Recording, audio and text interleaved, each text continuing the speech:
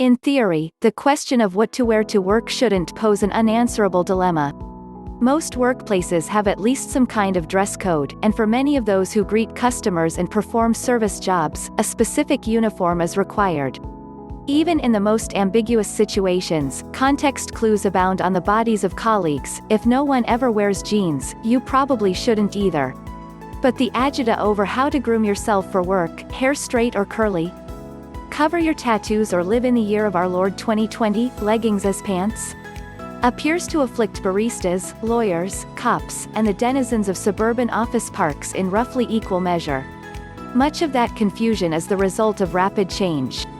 Millennials, notorious murderers of American institutions and social norms, are now the largest generation in the country's workforce. As the oldest members of that group, people in their late 30s, accrue power in their organizations, they've started to reshape the meaning of work clothes in their image, upending the very idea of a dress code as a single standard to which all should aspire. When they're done, work clothes might be dead for good. Whether that future looks like a descent into midriff-bearing anarchy or a sweet reprieve from the tyranny of binding waistbands probably depends on whether you're a person who makes rules or one who is subject to them. Read, is it weird to wear leggings at work?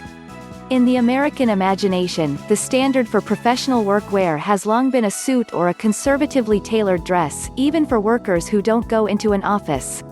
That's largely held true despite the successful invasion of business casual, jump-started by Dockers as a marketing gambit in 1992.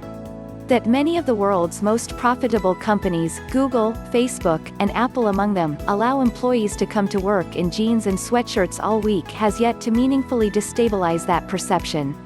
With that in mind, at the beginning of every new term, Regan Gurung shows up to teach his psychology students at Oregon State University in a full suit and tie. Gurung is also taking a cue from his own work. According to 2 studies he conducted, women, at least, are rated by others as more competent when they wear formal attire. And we actually act as though dress influences our abilities. Subjects clad in white lab coats perform better on tests than those without them, though the experiments were conducted with undergrads who didn't wear lab coats regularly, so it's hard to tell how enduring the effect would be once the novelty fades.